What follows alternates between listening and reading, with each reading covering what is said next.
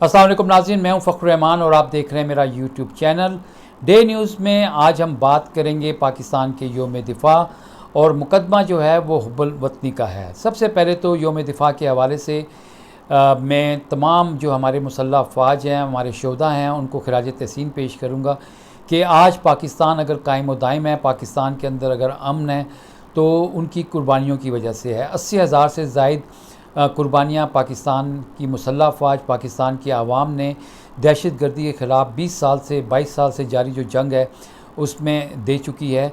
APS का वाक़या नाकाबिल फ़रामोश है। पेशावर में आर्मी पब्लिक स्कूल में जो बच्चे शहीद हुए थे उनकी भी बहुत बड़ी कुर्बानी जो थी वो उसको भी हमें नहीं भूलना चाहिए। आज के दिन उनको भी खराज तहसीन पेश करता हूँ। योम दिफ़ा मनाने का मकसद ये है कि पाकिस्तान ने अपनी से कई गुना बड़ी जो ताकत थी भारत की, जब 6 सितंबर को उन्होंने रात के अंधेरे में हमला किया था 1965 में, तो पाकिस्तान की मुसल्लह अफ़वाज ने मुंह तोड़ जवाब दिया था। यकीनन पाकिस्तान को मज़बूत बनाने में पाकिस्तान की मुसल्लह अफ़वाज की जो कुर्बानियाँ हैं उसको किसी भी सूरत नज़रअंदाज नहीं किया जा सकता। और यकीनन जो हुब्बुल वतनी का मामला है उसके ऊपर भी किसी भी किस्म का कोई शक नहीं किया जा सकता। हुब्बुल वतनी का मतलब ये है कि अपने वतन से मोहब्बत। 22 करोड़ की आवाम जो है वो भी अपने मुल्क से बहुत मोहब्बत करती है। पाकिस्तान कोई हवा में मुहल्लिक मुल्क का नाम नहीं है। पाकिस्तान 22 करोड़ आवाम का नाम है जो इस मुल्क में रहती है और अपने वतन से बहुत मोहब्बत करती है। इस मुल्क का बच्चा बच्चा मुल्क के लिए अपनी जान का नजराना पेश करने के लिए हम वक्त तैयार है। अपनी मुसल्लह अफ़वाज के साथ शाना बशाना लड़ने के लिए हम वक्त तैयार है। तो कल भी कुछ शहादतें जो थी शुमाली वज़ीरिस्तान में हुई, उसमें 4 जवान जो थे जिसमें एक ऑफ़िसर भी शामिल हैं, उन्होंने जाम शहादत नोश किया। तो यकीनन हमारी मुसल्लह अफ़वाज की जो वतन से हुब्बुल वतनी का मामला है उसके ऊपर किसी भी सूरत में हम कोई सवालिया निशान नहीं उठा सकते। पाकिस्तान की मुसल्लह अफ़वाज ने जिस तरह दहशत गर्दी को शिकस्त दी उसकी मिसाल को पूरी दुनिया सताइश के साथ नज़र से देखती है और इसमें कोई शक वाली बात भी नहीं है कि मुल्क के अंदर किस तरह से दुश्मन के अज़ाइम को नाकाम बनाया गया। लेकिन हुब्बुल वतनी का जो मामला है, मुकदमा है, वो आज मैं इसलिए आप पेश करना चाहता हूँ कि योर ऑनर, ये मामला जो था ये उस वक़्त सामने आया था जब इमरान खान की हुकूमत को तहरीक अदम एतमाद के ज़रिए से गिराने की मनसूबाबंदी की गई थी। इमरान खान के पास जो दलील है वो ये है कि उनको पाकिस्तान में अमेरिका के सफ़ीर ने एक मरासला भेजा था। उस मरासले में ये बताया गया था कि इमरान खान की हुकूमत को गिराने के लिए तहरीक अदम एतमाद आ रही है। अगर ये एतमाद की तहरीक कामयाब ना हुई, इमरान को इक़्तिदार से ना हटाया गया, तो पाकिस्तान को संगीन नताइज का सामना करना पड़ेगा। अब बतौर वज़ीर आज़म इमरान खान साहब ख़ुद कई महीने पहले कह चुके थे कि अगले 4-5 महीने के अंदर उनकी हुकूमत रहेगी या नहीं रहेगी, इस हवाले से फ़ैसला होगा और बड़े अहम हैं ये अगले 4 महीने। ये बात उन्होंने नवंबर में कहना शुरू कर दी थी। इमरान खान साहब क्योंकि वज़ीर आज़म थे तो इसलिए मुल्क की पूरी इंटेलिजेंस एजेंसीज़ की तरफ से उनको रिपोर्ट्स आ रही थी। इस वक्त पाकिस्तान पीपल्स पार्टी, पाकिस्तान मुस्लिम लीग नवाज़ और इसी तरह से जमीयत उलमा इस्लाम, MQM और दीगर जो जमातें हैं उनके सियासतदानों के साथ अमरीकी सफारत खानों की मुलाकातें जो थीं वो बिल्कुल अयां हैं। मरीम नवाज़ के साथ जो मुलाकातें हुई थी वो भी अयां हैं। बतौर वज़ीर आज़म इमरान खान को ये रिपोर्ट्स दी गई थी कि इन मुलाकातों का मकसद इमरान खान के ख़िलाफ़ एक उनके लोगों की ख़रीदो फ़रोख्त है और उनकी मेजॉरिटी को कम करके उनके ख़िलाफ़ तहरीक अदम एतमाद लाना है। अब ये सारा मामला इमरान खान ने जब आर्मी चीफ़ के साथ रखा था बकौल उनके और उनको इस सारे मामले से आगाह किया, तो उनका ये कहना था कि आर्मी चीफ़ ने कहा था कि कुछ नहीं होना, ये सब कुछ ऐसे ही है। लेकिन उस वक़्त हुब्बुल वतनी का सवाल जो था वो सामने आया और इमरान खान ने कहा कि उन्होंने पेश की उन्होंने ये आर्मी चीफ़ को आगाह किया था कि अगर ये लोग पाकिस्तान डेमोक्रेटिक मूवमेंट जो है अगर ये इक़्तिदार में आ गई तो ये मईशत का एक ऐसा तूफ़ान लेकर आएगी IMF की शराइत तस्लीम करके जिससे पाकिस्तान के अंदर आम आदमी जो है वो पिस के रह जाएगा। लेकिन इमरान खान की इस बात को इम्पोर्टेंस नहीं दी गई और फिर इमरान खान ने कहा था कि जो बैरूनी साजिश थी उसको नाकाम बनाने के लिए जिन इदारों ने अपनी ज़िम्मेदारी निभानी थी तो उन्होंने वो काम नहीं किया। तो हुब्बुल वतनी का सवाल जो था वो इस सारे मामले से डेवलप होना शुरू हुआ। फिर पीडीएम की जानिब से माजी में मुसल्लह अफवाज के ख़िलाफ़ जो तकारीर की गई थी वो भी एक रिकॉर्ड का हिस्सा थी, और उन तकारीर के कंटेक्स्ट में हुब्बुल वतनी का सवाल जो था वो भी सामने आया था, लेकिन कोई एक्शन नहीं लिया गया था। लेकिन जब इमरान खान ने जलसे जुलूस किए और इमरान खान एकदम इक़्तिदार से हटने के बाद जब वो उनकी हुकूमत गिरा दी गई और अवाम में उन्होंने जलसे किए और जिस तरह से अवाम ने उनको पजीराई दी, तो इमरान खान मकबूल तरीन सियासी लीडर बन गए और पीडीएम की जो सियासत थी वो दफन हो गई और इमरान खान की सियासत जो थी उसको चार चांद लग गए और वो इस वक्त आसमानों को छू रही है। पीडीएम की हुकूमत के हवाले से इमरान खान का कहना ये है कि ये बैरूनी साजिश के ज़रिए आई थी, इसकी कोई क्रेडिबिलिटी नहीं है, और ये जो आईएमएफ के साथ मिलकर ये फैसले कर रही है इससे मुल्क को माशी तौर पर बहुत संगीन चैलेंजेस का सामना है। हुब्बुल वतनी का तकाजा ये है कि आप कौमी मफाद को देखें। अब पूरी आवाम जो है वो 6 महीने के अंदर इस नतीजे पे पहुंच चुकी है कि इमरान खान जो बातें कर रहे थे वो वाकई सच साबित हो रही हैं। आज महंगाई 45% से ज़ायद है, आज पेट्रोल की कीमत जो है वो 250 रुपए के करीब है, और आज जो बिजली की कीमतों में इजाफा किया गया है उससे लोगों के बिल हज़ारों रुपए में आ रहे हैं और लोग चीख रहे हैं। लोगों को अब समझ आई कि किस तरह से उनके हकूक़ के ऊपर डाका डाला जा रहा है। अब वो तो वतन अज़ीज़ के लिए हुब्बुल वतनी अपनी साबित करने के लिए हमेशा तैयार हैं, उन्होंने कुर्बानियाँ दी भी हैं और वो मज़ीद देने के लिए भी तैयार हैं, लेकिन उनका जो मुफाद है उसका तहफ़्फ़ुज़ करना पाकिस्तान के कौमी इदारों का ये फ़र्ज़ भी बनता है और तकाज़ा भी है। अब इमरान खान ने ये बात कही फैसलाबाद में एक दिन पहले, परसों उन्होंने फैसलाबाद में जलसा किया। उनका कहना ये था कि ये जो मौजूदा पीडीएम हुकूमत है ये इम्पोर्टेड हुकूमत है। शहबाज शरीफ जो वज़ीर-ए-आज़म है वो बेल के ऊपर हैं, ज़मानत के ऊपर हैं, उनके ख़िलाफ़ अरबों रुपए की मनी लॉन्ड्रिंग का केस है। आसिफ अली ज़रदारी इसी तरह से उनके ख़िलाफ़ भी मनी लॉन्ड्रिंग के केसेस हैं, और फिर उन्होंने ये कहा कि 60% जो काबीना है वो भी ज़मानत के ऊपर है, तो लिहाजा इनके ख़िलाफ़ करप्शन के केसेस हैं।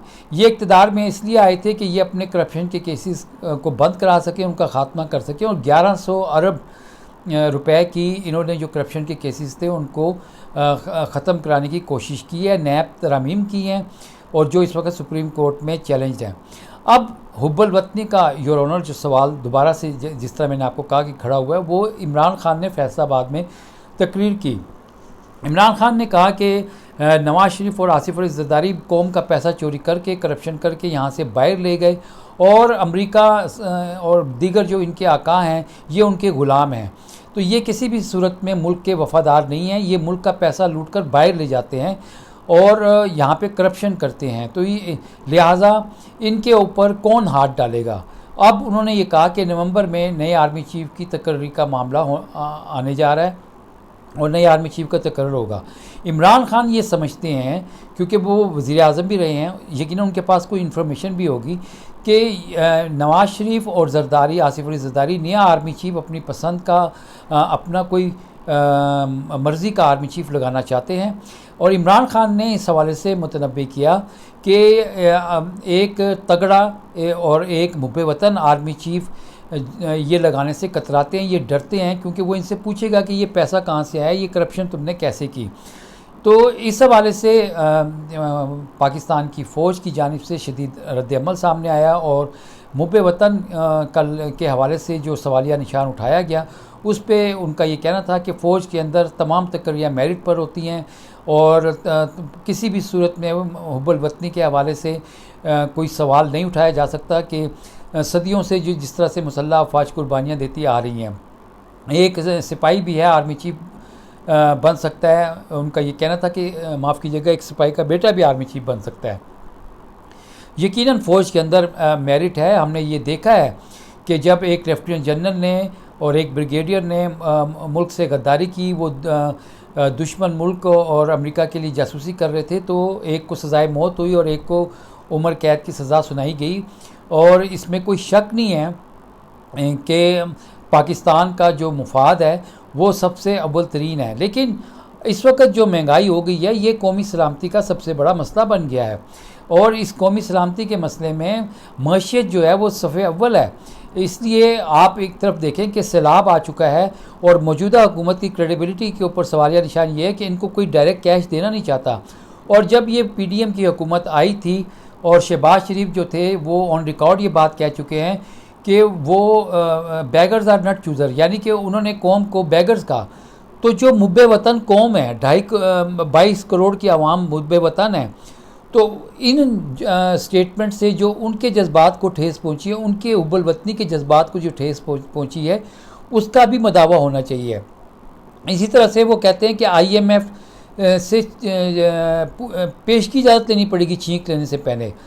मुल्क के अंदर आइन और कानून की सूरत हाल ये है कि यहाँ पे मीडिया हाउसेस सहाफ़ियों को पकड़ के गिरफ़्तार किया जा रहा है। अगर कोई आम शहरी किसी सियासतदान को देख के हंसता है या मुस्कुरा देता है तो वो समझते हैं कि ये तंज़िया हो रहा है और उनको गिरफ़्तार करवा दिया जाता है और वो पूरी रात जो है वो थाने में गुजारते हैं। तो आइन और कानून उसके ऊपर अमल नहीं हो रहा। साबिक़ वज़ीर-ए-आज़म के ऊपर जो हुब्बुल वतनी के हवाले से पूरी कौम इस वक्त उनको सपोर्ट कर रही है, उनके ऊपर उनको दहशतगर्द बना दिया गया है, उनके ऊपर दहशतगर्दी का पर्चा है, उनके ऊपर सेडिशन का पर्चा है।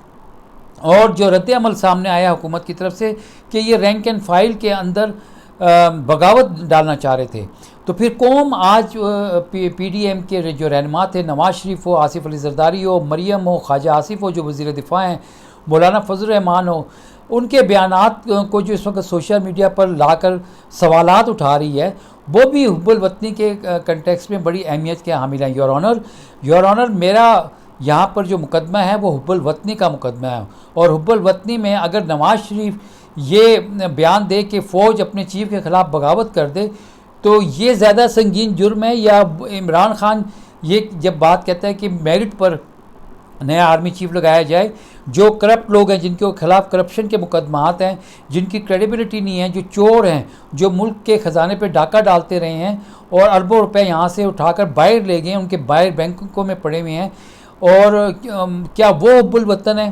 तो इमरान खान ये उनके बारे में कहता है कि अगर हुब्बुल वतनी के हवाले से और पाकिस्तान की मईशत के हवाले से पाकिस्तान को संगीन ख़तरात लाहक हो जाएँ तो फिर हुब्बुल वतनी का तकाजा है कि जो मुतलका इदारे हैं वो कार्रवाई करें, और इस ज़िमन में पाकिस्तान की मुसल्लह अफ़वाज के सरबराह जो हैं उनके ऊपर सबसे बड़ी ज़िम्मेदारी आती है। पूरी कौम उनकी तरफ देखती है। जिस तरह से दहशतगर्दी के ख़िलाफ़ जंग में पूरी कौम को उन्होंने तहफ़्फ़ुज़ फराहम किया, इसी तरह से इन करप्ट अनासिर से भी निपटने के लिए, इनको इक़्तिदार से निकालने के लिए भी उनका किरदार बड़ा अहमियत का हामिल है।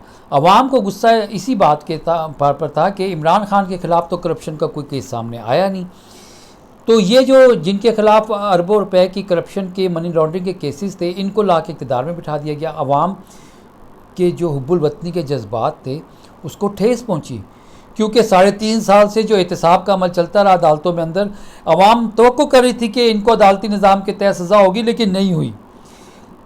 झूठी बीमारी के बलबूते पर जिस तरह से नवाज शरीफ मुल्क से बाहर चले गए, तो पूरी कौम ये समझती है कि उनके हुब्बुल वतनी के जज्बात को ठेस पहुंची है। अमीर के लिए, ताकतवर के लिए कानून कुछ और है और उनके लिए कानून कुछ और है। तो हुब्बुल वतनी का आज जो सवाल उठाया जा रहा है वो ये है कि मुल्क माशी तौर पर तबाह बर्बाद हो गया है, आम आदमी फाकों के ऊपर आ गया, खुदकुशियों के ऊपर आ गया है। इस वक्त अगर पाकिस्तान माशी तौर पर नाकाम हो गया तो पाकिस्तान के अंदर शदीद ख़तरात हैं खाना जंगी के। और मैं आपको ये बात बताता चलूँ कि आर्मी चीफ, साबिक़ आर्मी चीफ कियानी का कहना था कि सोवियत यूनियन इसलिए टूटा था कि वो माशी तौर पर नाकाम हो गया था, माशी तौर पर उसका बहुत बड़ा नुकसान हो चुका था। अपना बहुत बहुत ख्याल रखिएगा। अगले वीलॉग के साथ मैं आपकी खिदमत में फिर दोबारा हाजिर होऊंगा।